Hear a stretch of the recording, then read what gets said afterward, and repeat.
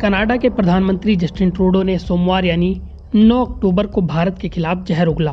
उन्होंने आरोप लगाया कि भारत सरकार कनाडा में आपराधिक गतिविधियों का समर्थन करती है, जो कि एक मौलिक गलती है। ओटावा में एक प्रेस कॉन्फ्रेंस में उन्होंने दोनों देशों के बीच चल रहे तनाव के बारे में बताया। उन्होंने कहा, पिछले सप्ताह के अंत में पीएम मोदी से बात की, तब मैंने इस बात पर प्रकाश डाला कि इस सप्ताह सिंगापुर में हमारे राष्ट्रीय सुरक्षा सलाहकारों के बीच होने वाली मीटिंग कितनी महत्वपूर्ण है। वो मीटिंग के बारे में जानते थे। मैंने कहा कि बैठक को गंभीरता से लेना चाहिए। प्रेस कॉन्फ्रेंस के दौरान सार्वजनिक सुरक्षा और अंतर सरकारी मामलों के मंत्री डोमिनिक लेब्लांक और विदेश मंत्री मेलानी जोली भी मौजूद थीं। ट्रूडो ने आगे आरोप लगाते हुए कहा कि भारत सरकार ने कनाडाई लोगों के खिलाफ आपराधिक गतिविधियों का समर्थन करके मौलिक गलती की है। ट्रूडो ने दावा किया, भारत सरकार ने यह सोचकर बुनियादी गलती की है कि वे कनाडाई धरती पर कनाडाई लोगों के खिलाफ आपराधिक गतिविधियों का समर्थन कर सकते हैं, चाहे यह हत्या हो या जबरन वसूली। ये बिल्कुल अस्वीकार्य है। ट्रूडो का कहना है कि तनाव के बावजूद वे भारत के साथ काम करने के लिए प्रतिबद्ध हैं। जस्टिन ट्रूडो ने यह भी कहा कि वो भारत के साथ रिश्ते खराब नहीं करना चाहते।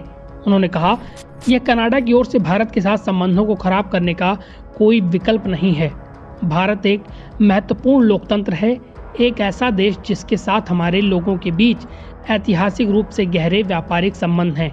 ऐसे समय में जब जियोपॉलिटिक्स में अस्थिरता है, तब लोकतंत्र को साथ रहना होगा।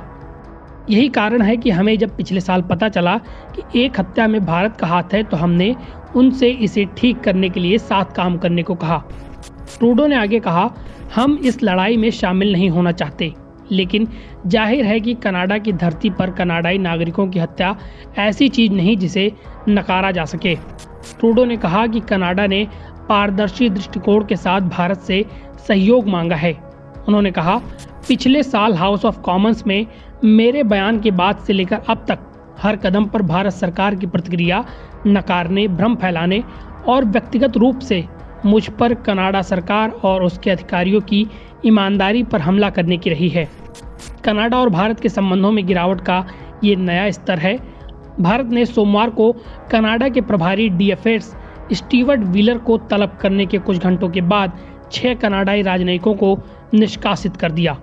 भारत की ओर से यह प्रतिक्रिया तब आई है जब कनाडा ने उच्चायुक्त सहित 6 भारतीय राजनयिकों पर टारगेट किलिंग का आरोप लगाते हुए उन्हें देश से निष्कासित कर दिया।